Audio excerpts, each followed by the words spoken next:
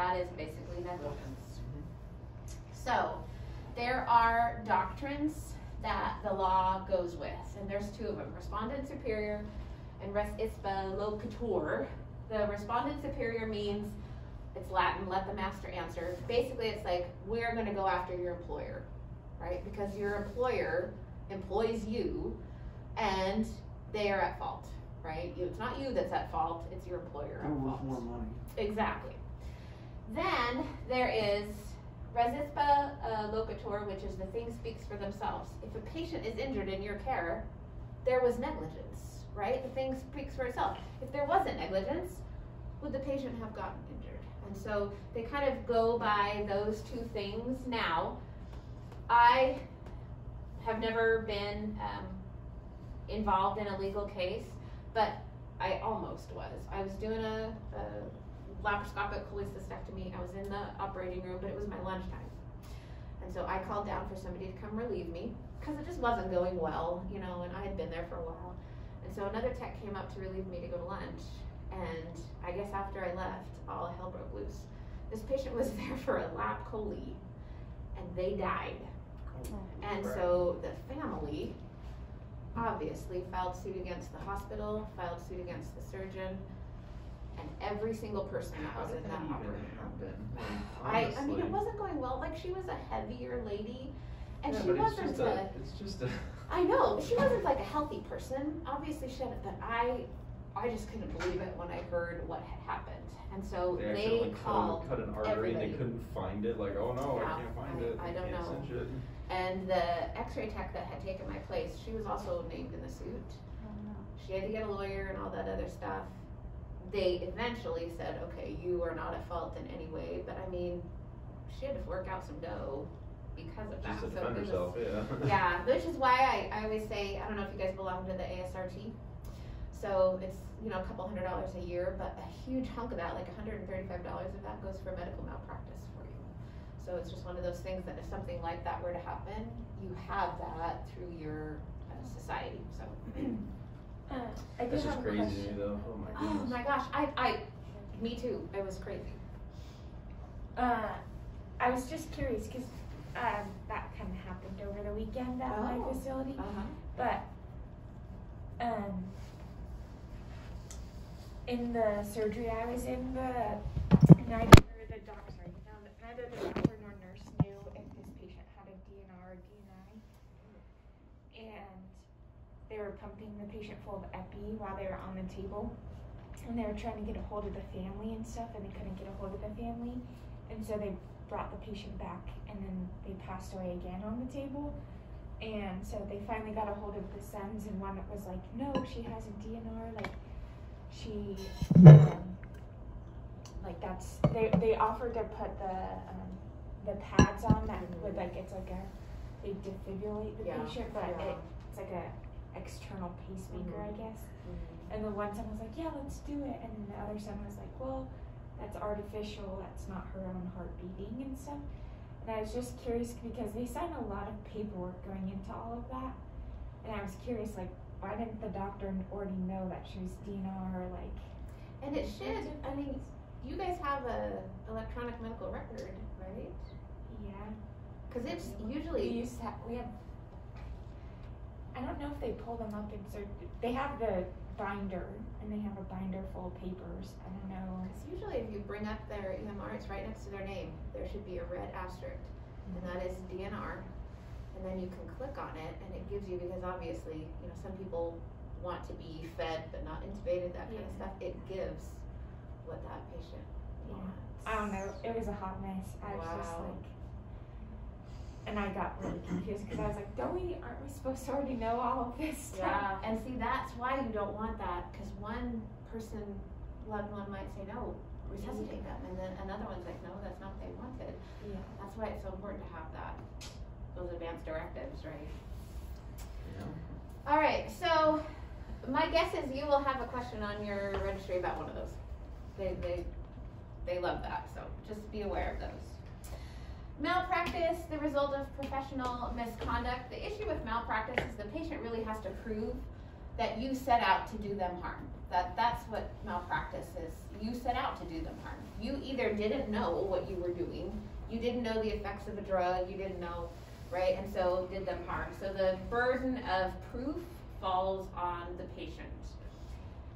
They have entire continuing education things that you can do on medical malpractice. It's mostly related to physicians, but they've done research on this, and most of the time, if a patient files a malpractice suit, it's because they weren't told what was happening. And even they did some studies where if a doctor did do something that, would potentially put that patient in harm's way, if the doctor goes to the patient and sincerely apologizes, and they usually will not file a suit. I mean, communication it's just so huge. And so that's the most common cause of malpractice. All right, infection control. Very appropriate in this day and age. So microorganisms, what are they? There's many, many, many. Some don't cause disease. Many of them do. If it's a microorganism that causes disease, it is termed a pathogen, right? So a microorganism is a microorganism. It could be a pathogen, but it also might not be a pathogen, right? So only if it causes a disease. Pathogens contain virulence factors that distinguish them from other non-pathogenic organisms. Normal body flora can be just a microorganism, but if it moves and goes somewhere where it's not supposed to be, then it can become pathogenic. So an example I always give, E. coli, we actually need it in our intestines, right? To break down and process foods adequately, we have to have E. coli there. That's their job. But if E. coli gets into the urinary tract, it's now a pathogen, right? So kind of could be one microorganism that has both capabilities. So there are resident pathogens and transient pathogens. So resident pathogens are normally present on your skin. So think staph, right? We all have our own staph on our skin. It's only when somebody else's staph mixes with yours and or your own staph overgrows, right, that it becomes an issue. So most of the time, those resident pathogens can be killed by washing with some kind of an antimicrobial agent. Oftentimes, they tell you not to use an antimicrobial agent because it limits your own immune system, right? Your body needs to be able to fight that. Nowadays, though, that's kind of gone out the window.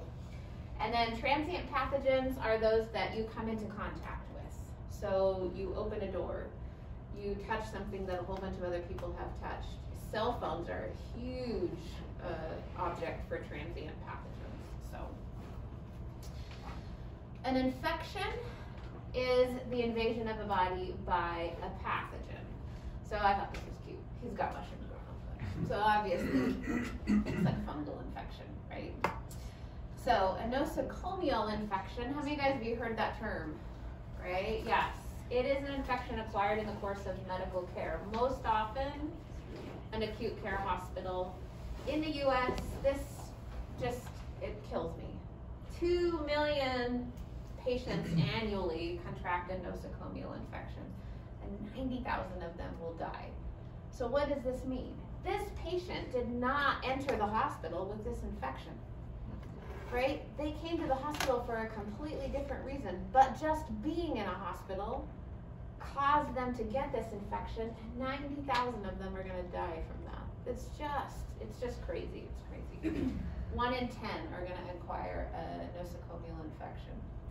So what constitutes one?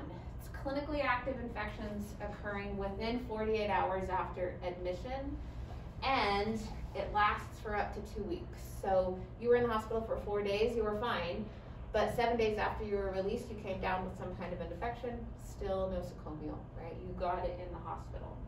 The most common ones are urinary tract and bloodstream infections from catheters. Others, respiratory tract infections, that's another great one that we see, and then post-surgical wounds. What's the most common pathogen? MRSA. Yeah, nowadays it's MRSA, right? Which, if you get MRSA, you always have MRSA. That's the big issue with MRSA, is that if you get dental work, if you have to let them know that you had MRSA because it's in your system, right? And just cutting into your gums or something like that can cause it to come back and in some cases pretty violently. So an iatrogenic infection absolutely is a nosocomial infection, but it's directly related to some kind of a procedure that you had done. So you entered the hospital because you were getting a new knee. You had your new knee. 3 days later, you came down with MRSA, right? That's a nosocomial and iatrogenic infection. Somebody gets into the hospital because they're having chest pain, shortness of breath, and they're breathing diseased air from their partner in the room. That's not iatrogenic, right? It wasn't directly related to some kind of a procedure. Community acquired infection, that's somebody who enters the healthcare facility with an infection. Some factors that increase a patient's potential: age, very young and very old. Obviously, they're really young, their immune system isn't that robust. If they're very old, maybe it's compromised by some kind of a disease process. Heredity, some congenital factors obviously make some people more or less resistant. Nutritional status. So this is a big one, this malnourishment. I don't know how many of you guys have heard of people having weight loss surgery, right? Especially like gastric banding and the gastric bypass surgery. The stomach is like the primary organ that absorbs vitamins and minerals. The duodenum after the stomach is another place, but the stomach and the duodenum, that's where your minerals and your vitamins are absorbed. Well, if you have like 1/8 of a stomach, how much vitamins are going to be absorbed in that? So generally speaking, they tell those people that have had those surgeries that they need to take lots of vitamins, and they need to be chewable vitamins. So because your stomach's not going to be able to process like a capsule or a tablet, so they want them to be chewable. But if they don't do that, like for the first 3 months after a gastric bypass surgery, those patients are completely malnourished because their body can't absorb vitamins. They don't have a stomach to do that. And so we're seeing those patients, a lot of them, man, they're coming down with COVID fast. Well, yeah, because they're so malnourished, right? They don't have the means to fight it, unfortunately. So they're trying to like discourage people from getting that surgery until after this. Well, now it's been almost 3 years, or we're working on start of the 3rd year. So it's happening anyways. Stress obviously can break down your body. It's hard on your body. The potential for infection increases. And then your health history. So if you have diabetes, if you have heart disease, if you have high blood pressure, all of those things make you more susceptible to infection. All right, the cycle of infection. So the first thing you need in order for an infection to occur is you need a source. So what's a source? A virus, a bacteria, a fungus, right? Something like that, that's the source. And then you need a reservoir for that infection. Some place that provides that source with all the nutrients it needs to continue to survive, right? So a human, right? We are absolutely a source for, or a reservoir for a source. And then you need a portal of exit. So what's a portal of exit? What's an example? Why are we wearing this? Yeah. Coughing, sneezing, even talking. So I gotta tell you want to know something gross? I'll share TMI with you. When this all first started and we were actually back in school and lecturing, I used one of those shields because people could hear. I was, speaking to like 50 or 60 students, so it was a big thing. And they had a hard time hearing me, so I grabbed one of those shields. And after the first lecture that I gave with that shield, I was like, that is gross. Like, obviously I spit when I talk because it was all over that shield. So there you go, portal of exit, right? That's why we're wearing these stupid things, is because it's a portal of exit. Then you need a mode of transmission. So if a pathogen is truly airborne, so you guys have been hearing that COVID's airborne. That is absolutely not true. Right? If it was airborne, do you really think 6 feet was going to do any good? No, right? So it's so funny that people are like, oh, it's airborne. Well, if you're 6 feet, you're safe. You're not. No, it's airborne, right? That doesn't make any sense. So it is droplet. Because a droplet, usually within 3 or 4 feet, it is dried up and the virus or whatever is the source can't be transmitted anymore, right? So flu, COVID, all of those are droplet precautions. So that's the mode of transmission. That droplet gets in the air. We can hear right now that there's a fan on, right? It's blowing that stuff all over the place. Obviously, if a droplet and you're sitting within 3 feet of somebody, that is a possibility to get it there, right? That's why we wear these things, to hopefully contain all our own droplets to ourselves. And then you have to have a portal of entry, a mouth, a nose, an eye, something like that. And then not only a host, you need a susceptible host, right? So you and I, we're probably exposed to a ton of different bugs throughout the course of a day working in a hospital. But do we get sick every day? No, because we're not susceptible to it, right? Little old people and the really young, much more susceptible. If they were to come in contact with a lot of the stuff that we come in contact with, they would absolutely get sick. So the source, the pathogen. Parasites, protozoa, helminths are parasitic worms, right? Fungi, yeast, and molds. The difference between bacteria and viruses, a lot of people don't know this. Bacteria have both RNA and DNA. They can replicate themselves perfectly and need no help in doing it. Viruses are not that way. They have one or the other, right? RNA or DNA. They don't have both. And so can they replicate themselves? No. They have to have help. And so where do they get that help? Your cell, right?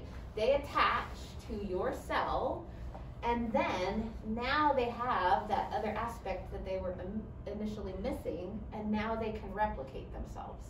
The big issue with viruses is once they replicate, that cell dies, right? So they're killing your cells in the process of their replication.